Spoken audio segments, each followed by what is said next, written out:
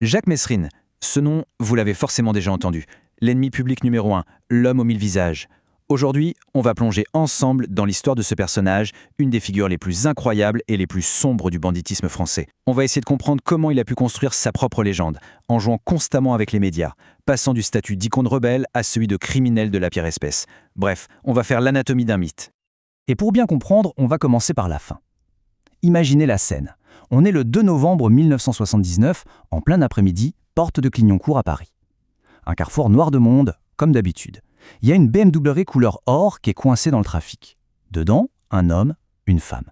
Et là, juste devant eux, un camion bâché. Soudain, la bâche se relève et derrière, des policiers armés jusqu'aux dents.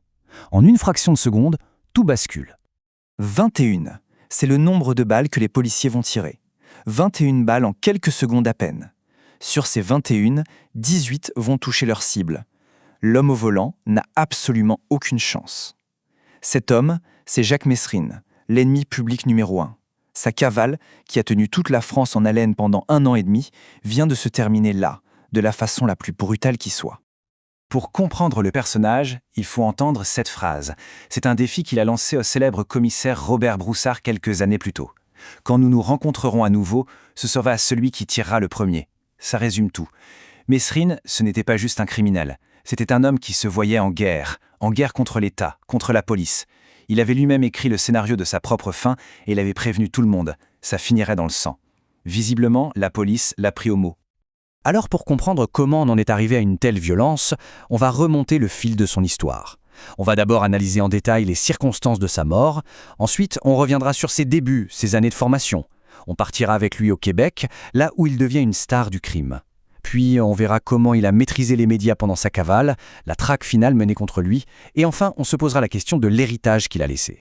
On attaque donc avec ce premier chapitre consacré à cet événement qui a fondé le mythe Messrine, sa mort. Parce que cette opération de police a tout de suite déclenché une polémique qui dure encore. D'un côté, il y a la version officielle, la légitime défense. Messrine allait tirer, on n'a pas eu le choix. De l'autre, des témoignages qui parlent plutôt d'une exécution planifiée, sans le moindre avertissement. Alors, bavure ou élimination ciblée?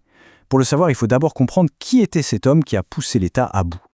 Qui était Jacques Messrine avant de devenir ce fameux ennemi public? A priori, rien ne le destinait à cette vie.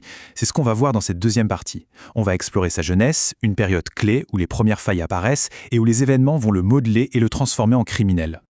Alors pour commencer, il est né en 1936 à Clichy dans une famille de commerçants qui a de l'argent. Le rêve de ses parents, qu'il fasse une grande école de commerce, HEC. Sauf que le jeune Jacques, il est déjà turbulent, violent et il se fait renvoyer. En 1956, il décide de devancer l'appel et part faire la guerre en Algérie. Il y restera 3 ans et il en reviendra décoré. Oui, mais surtout complètement transformé par ce qu'il a vu et fait là-bas. C'est là qu'il apprend à manier les armes. C'est là aussi, selon lui, qu'il participe à des corvées de bois, en gros, des exécutions. Bon, il faut quand même noter que ses camarades de l'époque ont toujours dit que c'était faux. C'est un premier exemple de sa tendance à enjoliver sa propre légende. De retour en France, en 1962, il est arrêté pour un projet de braquage. C'est sa première fois en prison. Le basculement a commencé. Et c'est la question qu'on est obligé de se poser. Comment est-ce qu'on passe d'un avenir tout tracé dans le commerce à une carrière de braqueur? Est-ce que c'est la violence de la guerre d'Algérie qui a fait sauter tous les verrous, ou est-ce que c'était déjà en lui? Il faut aussi voir le contexte de l'époque. Pour un type comme Messrine, après avoir essayé de se réinsérer sans succès, la voie du crime a dû paraître bien plus rapide, et surtout bien plus excitante.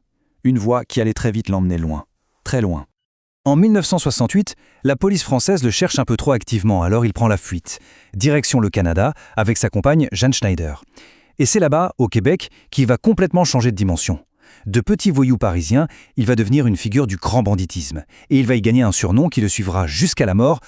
Le grand tournant, c'est en 1969. Messrine travaille pour un milliardaire handicapé, Georges Deslauriers. Et avec sa compagne, il décide de l'enlever pour demander une rançon. Bon, l'otage arrive à s'échapper, mais l'affaire fait un bruit énorme dans les journaux. Et c'est là que le titre apparaît. Jacques Messrine devient officiellement l'ennemi public numéro 1.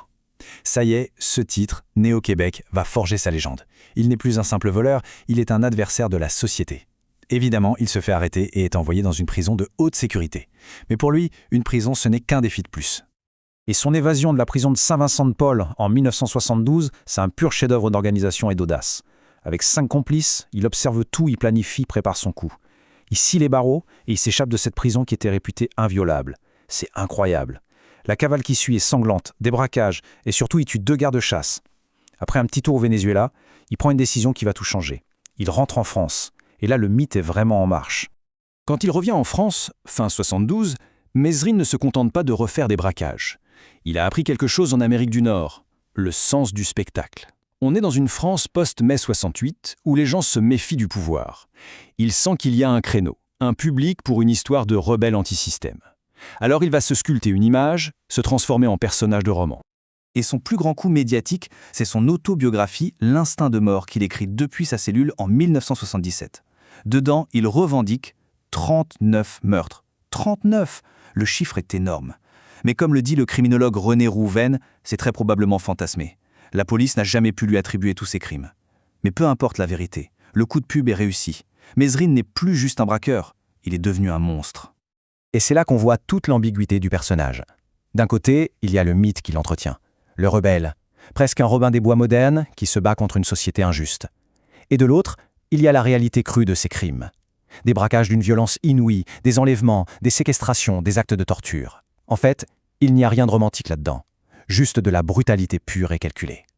Pour perfectionner son image de rebelle un peu politique, Mesrine va s'emparer d'une cause, la dénonciation des quartiers de haute sécurité, les QHS. Dans les années 70, ces nouvelles prisons super sécurisées sont au cœur d'un énorme débat en France. En se présentant comme le porte-parole des détenus, il arrive à s'attirer la sympathie d'une partie de la presse et de l'opinion. C'est une manœuvre médiatique incroyablement habile. Le 8 mai 1978, Mesrine réussit l'impensable. Il s'évade de la prison de la Santé à Paris en plein jour. C'est une humiliation monumentale pour l'État. C'est le début de sa dernière cavale, une période de 18 mois où il va multiplier les provocations et les crimes face à un pouvoir qui est bien décidé à en finir avec lui une bonne fois pour toutes. Cette dernière course-poursuite, c'est une véritable escalade. À peine sorti, il braque le casino de Deauville. En novembre, il essaie de tuer le juge qui l'avait condamné. C'est une attaque directe contre la justice. En juin 79, il enlève le milliardaire Henri Lelièvre. Et enfin, en septembre 79, il torture le journaliste de Minute, Jacques Tillier, et l'abandonne, le laissant pour mort. Chaque crime est plus audacieux, plus violent que le précédent. Mesrine se sent intouchable. Face à cette escalade, la réponse de l'État ne se fait pas attendre. En août 1979, une unité spéciale est créée. Sa seule et unique mission, mettre fin à la cavale de Jacques Mesrine. La traque est compliquée par une guerre interne entre les services de police. Mais l'étau se resserre quand même. Et ironiquement, c'est Jacques Tillier, le journaliste qui l'avait torturé, qui, pour se venger, va donner l'information capitale qui mènera les enquêteurs jusqu'à lui. On arrive à la fin de notre histoire. Mais la mort de Mesrine, porte de Clignancourt, ce n'est pas la fin du débat. Au contraire, ça ouvre la porte à plein de questions qui animent encore la France aujourd'hui. Sa figure continue d'exercer une fascination étrange, un mélange de dégoût pour sa violence et d'une sorte d'admiration pour son audace et son mépris de l'autorité. Alors revenons à cette controverse. D'un côté, on a la version de la police, légitime défense, Mesrine a fait un geste vers une arme, on a tiré. De l'autre, plusieurs témoins, et surtout sa compagne, qui affirme ne pas avoir entendu de sommation. Juste une longue rafale de tirs, et seulement après, le cri « bouge pas » est fait. Un peu tard. La justice a conclu à un non-lieu, validant la thèse policière, mais le doute persiste. Est-ce qu'on voulait l'arrêter, ou est-ce qu'on voulait l'éliminer pour s'éviter un procès qui aurait été un véritable cirque médiatique ? Ce qui est certain, c'est que Mesrine lui-même, il avait tout compris. On a retrouvé après sa mort un enregistrement audio où il dit cette phrase incroyable « Si tu écoutes cette cassette, c'est que je suis dans une cellule dont on ne s'évade pas. » La cellule dont on ne s'évade pas, c'est le cercueil. Il savait que c'était l'issue la plus probable.